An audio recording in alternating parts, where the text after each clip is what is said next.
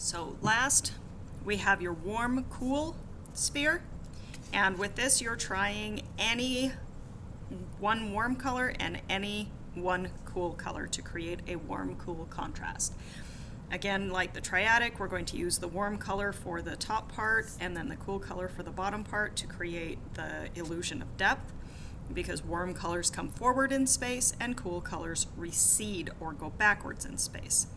So you're going to choose a light warm color and a cool dark color. Okay? So for mine, I've chosen the warm color to be yellow, and it's very light, and I have this cream color also that I feel like makes a very light yellow.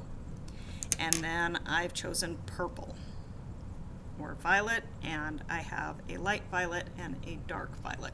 But I could have chosen any colors, and you can too. So let's say you wanted to choose red, you could do red and like pink, and then also you could do purple, right? Or you could do red and pink and green and mint green. Any of your warm cool combinations is fine for this. So I'm going to start with my yellow because it's kind of a middle color. Whoops. And then I'm going to pause real quick and sharpen. Okay, all good. So let's get started with the yellow. And by now you kind of know what you're doing here. We're going around in a way to make this look rounded, starting with the warm color up at the top, warm light colors to make it appear to come forward in space.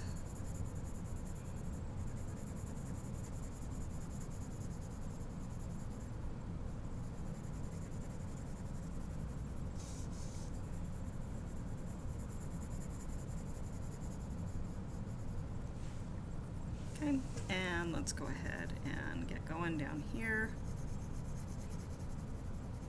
in the shadow as well. I'm gonna just creep up and get this whole thing yellow. Oh my, look at my yellow sphere. It's so pretty. All right, next I'm going to go into it with the light purple.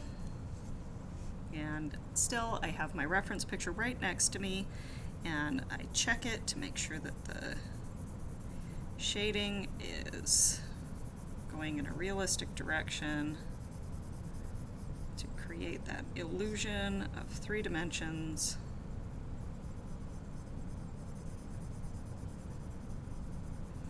Really light pressure with this violet. It's like a lavender violet. It's very light color.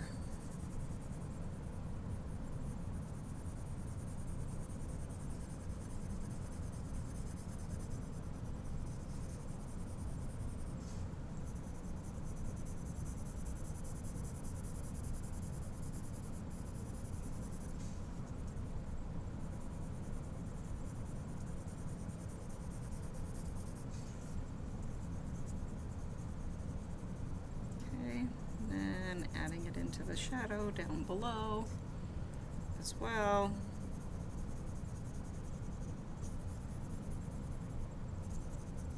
Okay.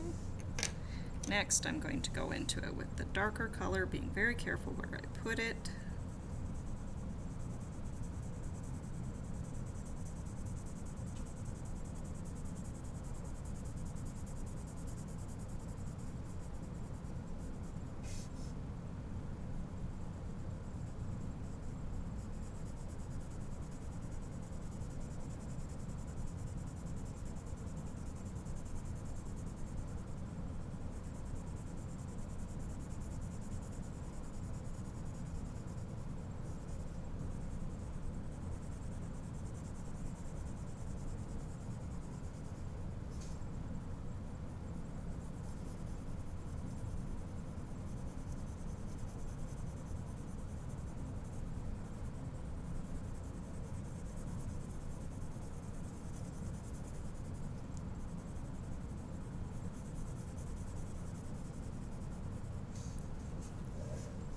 Okay, not going all the way to the reflected light, and just using that dark purple for the core of the shadow, and then now getting into the cast shadow with this kind of true violet color.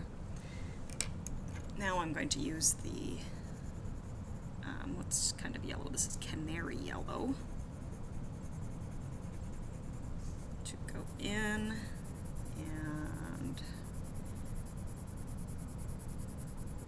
blend and bridge, right? Because what we're really looking for is gentle transitions.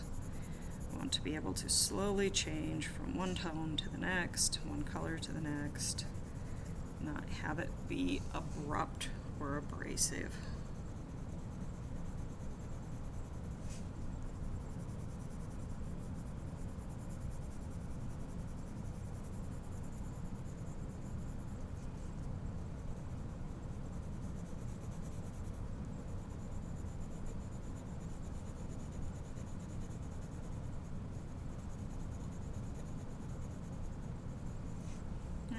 Go. Now I'm going to go back over it a little with the lavender color.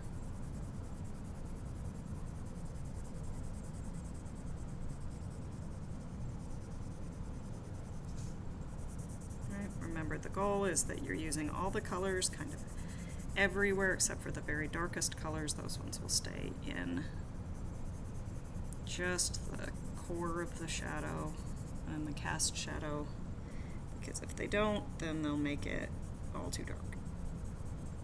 Let's get in here, neat and slow around the edges.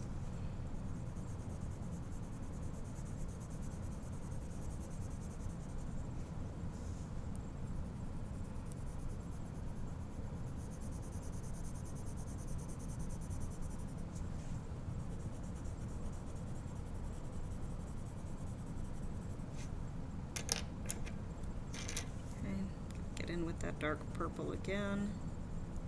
The idea in colored pencil work is that you will layer and layer and layer. That's how you get a beautiful, sophisticated look, is by layering and layering and layering.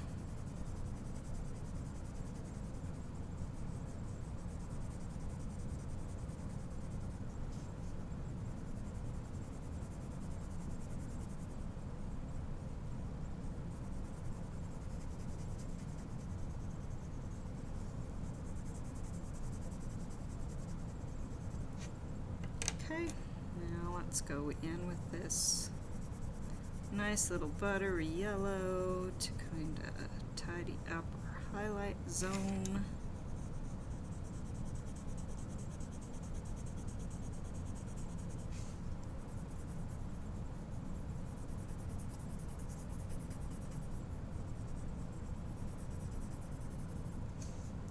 All right, it's all tidy. Get here with my white and go into the highlight area with the white and use it to help blend.